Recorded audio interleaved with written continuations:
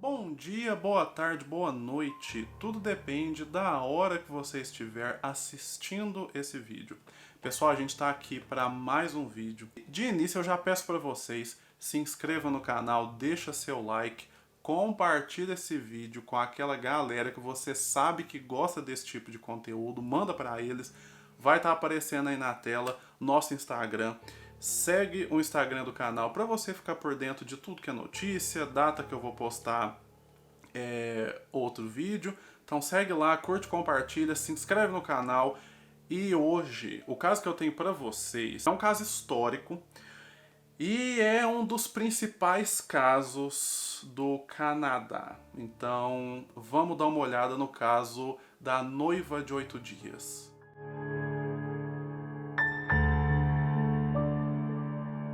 Vamos lá, o caso da noiva de 8 dias. Quem era essa moça? Christina Cadwell. Christina nasceu no dia 7 de agosto de 1925. Seus pais eram imigrantes poloneses e eram católicos. Em 1947, Christina tinha 22 anos e nessa época ela trabalhava num banco em Ontário, no Canadá. As pessoas que trabalhavam com Christina diziam que ela era uma pessoa tranquila, uma boa funcionária, uma pessoa... era muito tranquilo de se trabalhar com ela. Nessa época, Christina, havia 3 anos, conhecia um rapaz. O rapaz chamava Jack Cadwell. Esse Jack era veterano de guerra, ele tinha lutado na Segunda Guerra Mundial. E os dois estavam em um relacionamento.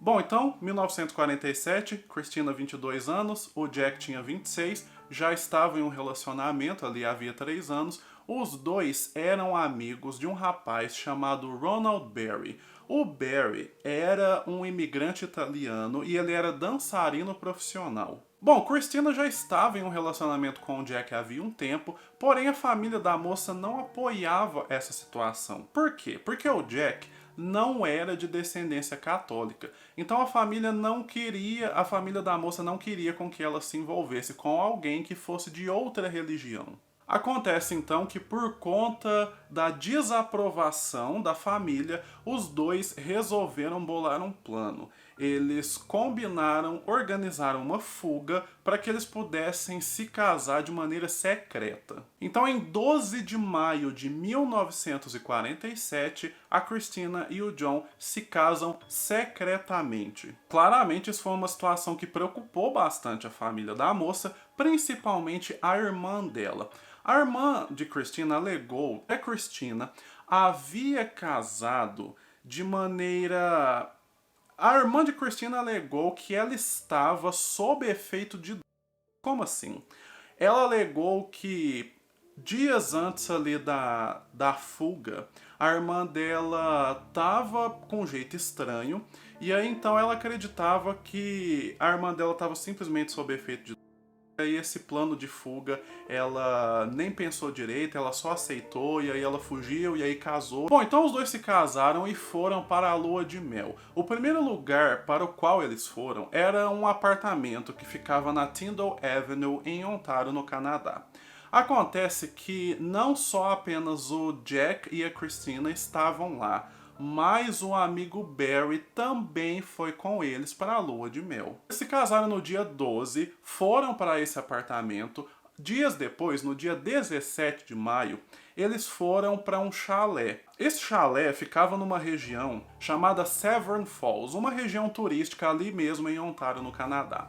E não havia como acessar esse chalé de carro. Então o que eles fizeram? Eles provavelmente de carro, né? Eles foram até ali à margem de um lago e aí pegaram uma embarcação para chegarem até o chalé. Assim que os três chegaram lá, a Christina começou a agir de uma maneira estranha. Ela começou a se mostrar bastante emocionalmente abalada, e aí ela começou a ficar bastante inquieta, ela chorava bastante. Bom, então os três chegam ali no chalé no dia 17, passam uns dias ali. No dia 20, o Barry precisa resolver alguns assuntos, então por um momento ele pega uma embarcação e se afasta ali do chalé. Acontece que quando ele volta, ele encontra uma situação altamente surpreendente. Quando o Barry volta, ele encontra o seu chalé em chamas. E aí a cena era o seguinte, tava o chalé sendo totalmente incendiado. Do lado de fora estava o Jack. O Jack estava sentado ali e ele estava com um ferimento na cabeça, a cabeça sangrando. E ele tava ali, pelo jeito que ele tava, pela cara dele, ele tava em estado de choque. Porém, ao olhar em volta, o Barry não vê a Christina. Então o que que ele faz? Ele corre até o chalé, procura lá, a Christina também não está lá.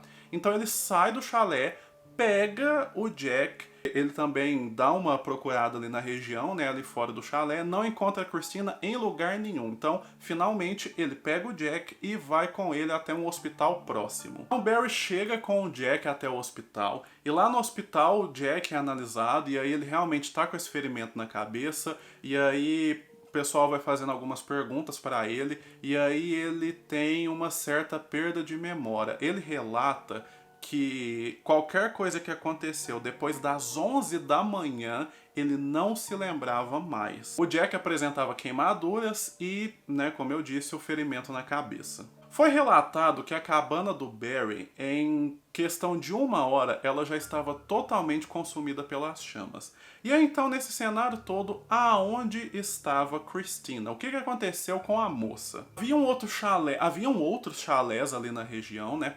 E aí o dono de um deles, algumas horas depois, ele encontra ali no lago, perto do chalé dele, um corpo boiando. Estava mais ou menos a uns 45 metros do seu chalé. Foi revelado então que esse corpo era o de Christina. Christina foi encontrada morta ali então, seu corpo estava boiando de cabeça para baixo, e foi revelado que a causa da morte dela foi afogamento. Bom, então perante essa situação, claramente a polícia foi acionada e aí uma investigação se iniciou. 20 pessoas foram interrogadas além do Jack e do Barry.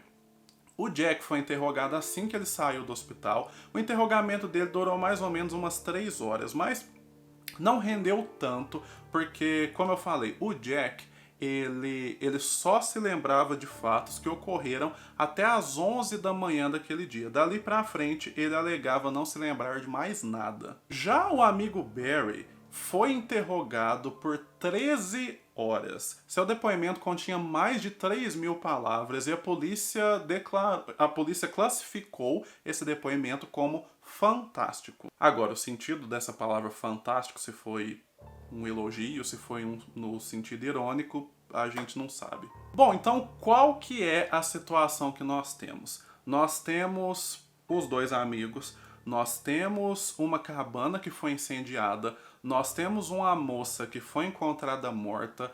É uma situação assim, com muitas perguntas e nenhuma resposta. A mídia, quando ficou sabendo desse caso, viu ali uma oportunidade de criar uma história. Então, logo no início da coisa, a mídia já começou a divulgar o caso dos amigos e da moça, né? E essa moça ganhou o apelido de Noiva de 8 Dias. Então, a mídia fazendo todo um circo, né, com essa situação, e aí eles saíam nos jornais, no rádio. A população do Canadá ficou bastante por dentro desse caso, de modo que os amigos viraram celebridades momentâneas. A fama deles chegou num ponto que no dia do julgamento as pessoas estavam aglomeradas ali no local onde aconteceria o julgamento. E aí, quando os dois amigos chegaram lá no tribunal, as pessoas pediram autógrafos. Então, os amigos deram autógrafos para o pessoal que estava ali. Bom, dia 19 de junho, então, foi o dia que aconteceu o julgamento das nossas duas celebridades momentâneas. Lugar lotado, pessoal, todo mundo acompanhando, né, o desenrolar da coisa. E aí, no fim das contas, não havia provas concretas para criminalizar o Jack ou o Barry. Então, eles não foram acusados, eles saíram do tribunal livres. Alimentou mais ainda a imprensa que continuou a cobrir esse caso. O fato dos dois não terem sido criminalizados gerou ainda mais perguntas e fez com que o pessoal criasse teorias. Porque o que acontece? Beleza, eles não foram condenados, porém, essa questão da investigação policial e mais o julgamento trouxe à tona algumas informações sobre a vida, sobre o relacionamento dos três, que deixou o pessoal bastante curioso. Durante o inquérito policial, foi perguntado ao Jack e ao Barry se ambos estavam em um relacionamento secreto. E aí eles começaram a dizer que não, eles sempre negavam. Até que chegou um momento que o Jack, ele afirmou que sim, que os dois tinham um relacionamento escondido. E aí na hora do julgamento foi levantado isso, né? Perguntaram pro Jack, você falou no interrogatório que você tem um relacionamento secreto com o Barry.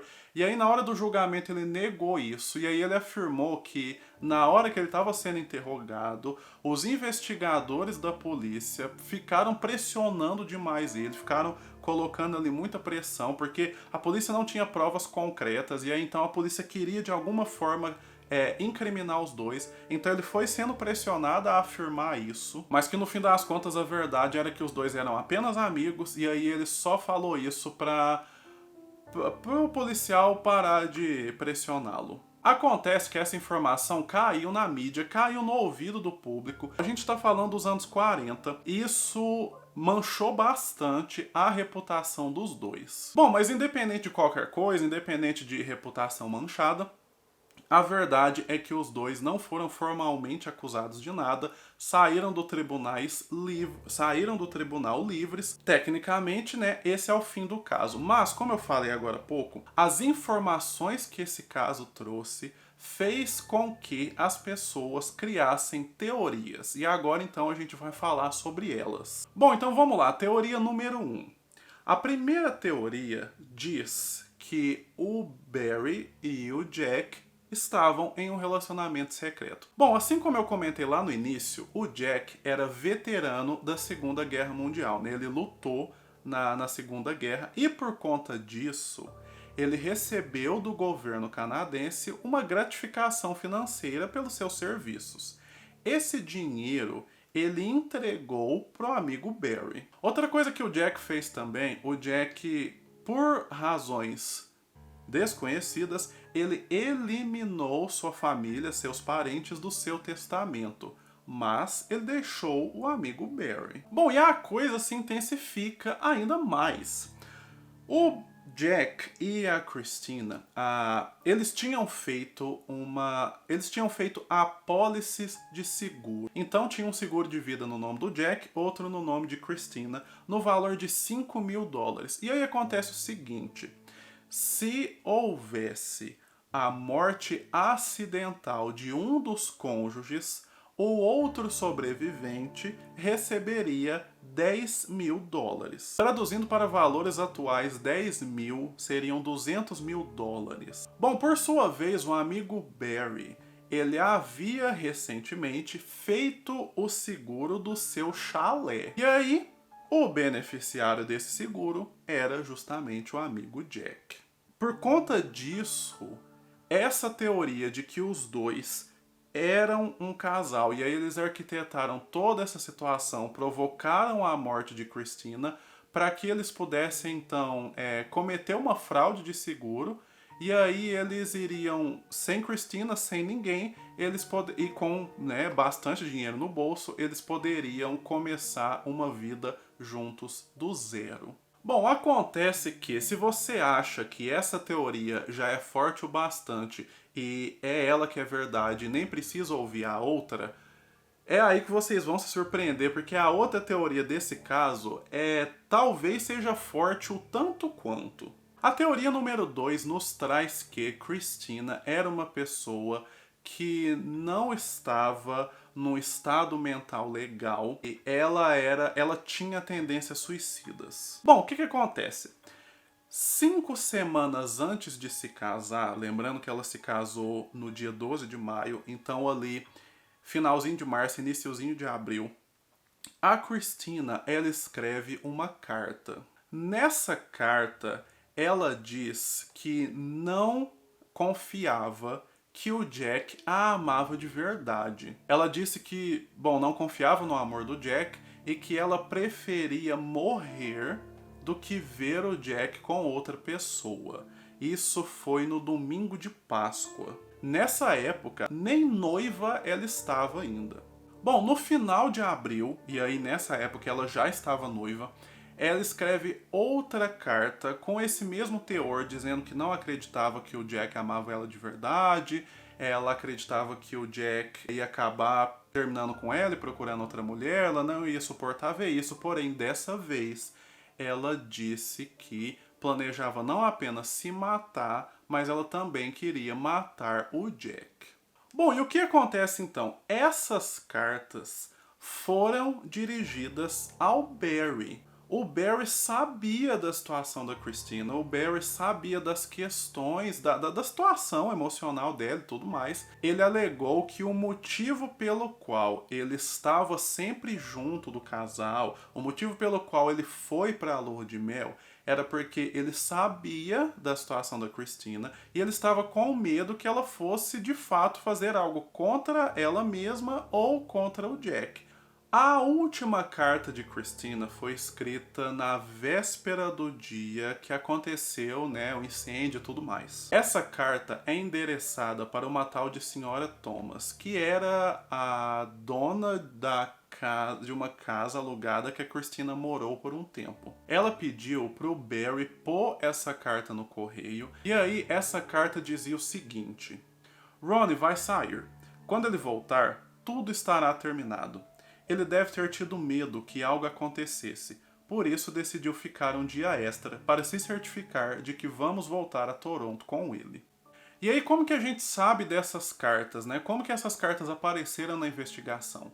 Na hora que o Barry chegou lá na cabana e a cabana estava sendo incendiada, no que ele entrou, ele procurou as cartas e ele conseguiu salvar todas. Ou seja, essas cartas que a Christina escreveu, ele carregava elas consigo. E aí ele levou elas lá pro chalé. Ele chegou, viu a cabana pegando fogo, ele já automaticamente lembrou das cartas, foi lá e recuperou todas. Acontece que o Barry não havia até então revelado para o Jack essa situação. O Jack, então, ele não sabia de nada, ele não sabia desse estado que a Christina estava, ele não sabia das cartas. O Barry apresentou essa situação só lá na investigação, lá no interrogatório policial. Especialistas analisaram as cartas e confirmaram que sim, todas essas cartas foram escritas pela Christina. Eles analisaram, né, a letra e tal e confirmaram que as cartas foram escritas por ela. Tá, mas e a situação do Jack e a morte de Christina? Como que essa segunda teoria explica isso? Bom, quando o Jack foi pro hospital, analisaram ele aí, beleza, ele estava com queimaduras, ele estava com esse ferimento na cabeça e ele estava com codeína no seu organismo. A codeína é um remédio do grupo dos opioides. Os opioides eles são compostos químicos psicoativos. E aí eles têm alguns efeitos e um deles é a sedação. O Jack tinha codeína no seu organismo e aí a autópsia de Christina revelou que ela também tinha codeína no seu organismo. A autópsia de Christina revelou outras coisas também. O corpo dela não tinha sinais de trauma, não tinha sinais de violência, não tinha sinais de bala e tal, perfuramento, né, de bala, e também não tinha sinais de queimadura. Foi revelado apenas que ela estava com codeína no organismo e a causa da morte foi afogamento.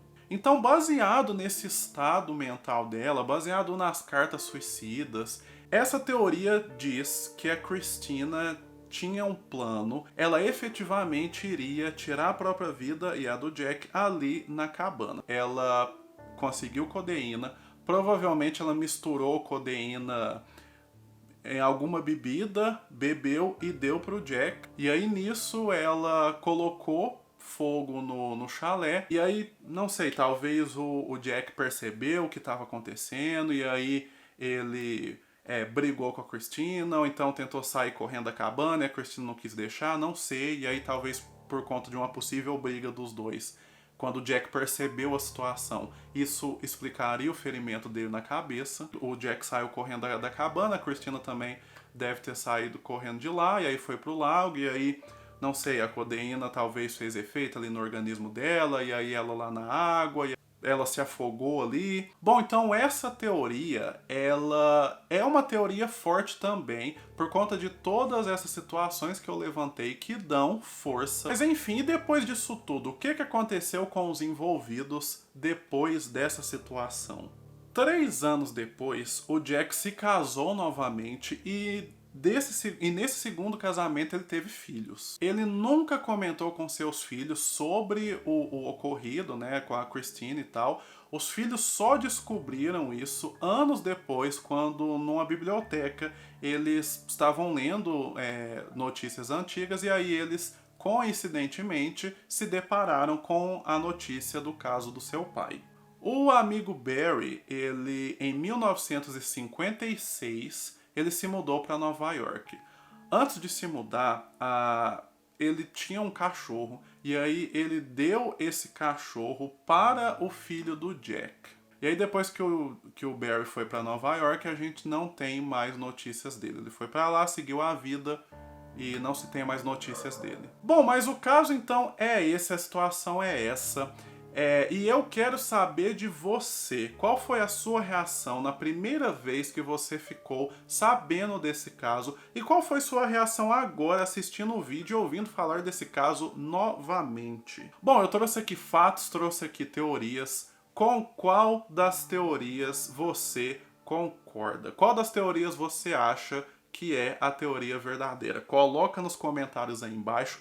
Outra coisa, você conhece outra teoria? Existe aí circulando na internet alguma outra teoria que eu não conheço, que eu não falei nesse vídeo? Coloca aí nos comentários também. E você tem uma teoria própria? Você tem uma opinião sua sobre esse caso? Coloca aqui nos comentários também. E mais uma outra coisa. Qualquer outra informação, qualquer outro tipo de detalhe, qualquer outra coisa que você saiba sobre esse caso que eu não comentei aqui, pode colocar nos comentários, mesmo que seja um detalhe que você acha que é bastante aleatório, não importa, coloca aqui nos comentários, é sempre interessante qualquer informação nova. E por último, mas não o menos importante, eu peço novamente para você deixar seu like, se inscreva no canal, compartilhe esse vídeo com a galera que gosta desse tipo de conteúdo e se inscreve no Instagram para você ficar por dentro de novidades, data que eu vou postar vídeo, essas coisas. Esse foi o caso da noiva de 8 dias, mais um caso para vocês. A gente se vê então no próximo vídeo.